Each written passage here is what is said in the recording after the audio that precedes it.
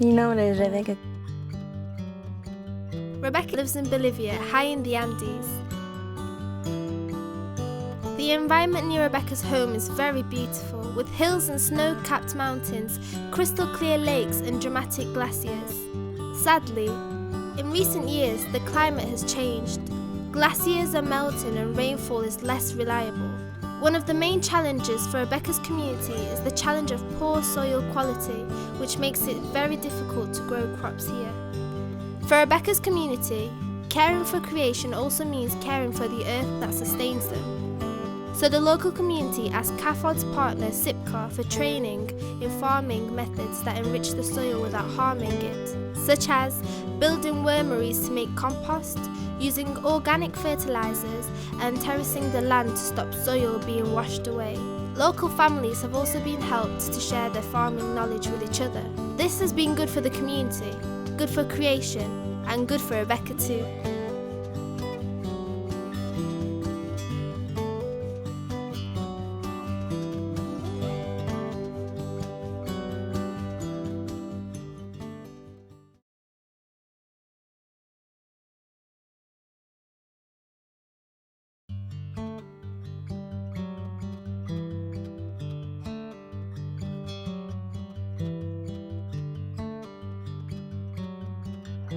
Hello, my name is Sam and I'm from Sheffield.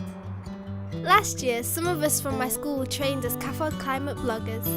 We found out more about communities in developing countries who are standing up against injustice, like poverty and hunger caused by climate change. I think we're all part of God's family, so if I stand up for justice, it's like I'm standing with them while they work hard to change things. I want to be part of that. Our group has done all sorts. We campaigned in schools and met with MPs. We marched in London against climate change. We took part in prayer services and we blogged about injustice. This year, our Young Leaders group has been getting other people in schools to do things in solidarity too. Like apple bobbing to raise money for Lent Fast Day and making green hearts to raise awareness of climate change. Because everyone is part of just one world.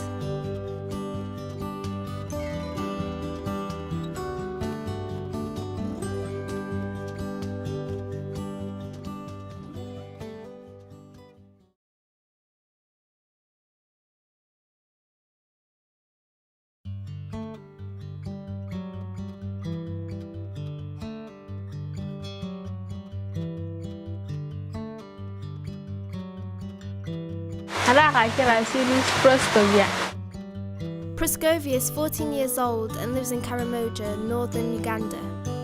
Access to safe drinkable water is a basic human right.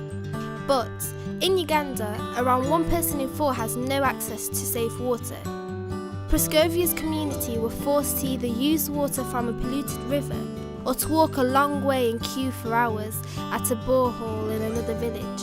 For any community to flourish, people need water for drinking, for washing, for growing food and for cooking. CAFOD's partner, the Catholic Diocese of Moroto, repaired the local water pumps so that families like Proscovia's can get water close to their homes. Some community members, like Proscovia's mom, received training so that they can maintain the pump themselves and know how to repair it. Having clean water nearby has been good for the whole community, and Proscovia can go to school because she no longer has to spend hours collecting water, so she can flourish too.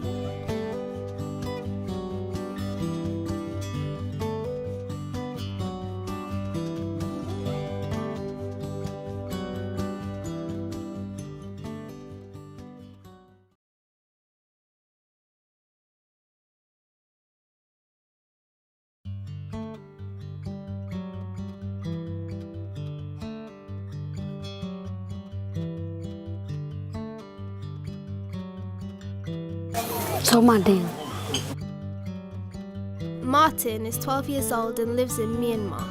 When Martin was younger, his village was destroyed by a huge cyclone. Houses were swept away, crops were destroyed, and many people died. The villagers worked together with help from CAFOD's partner Caritas Myanmar to rebuild and to protect their community against future storms. They built a barrier to protect their crops from future floods. and they built a rice bank to store food safely. Then they worked together to develop an emergency drill. Now, if a cyclone is coming, different villagers take responsibility for raising the alarm, making sure the most vulnerable people are helped to safety and providing first aid.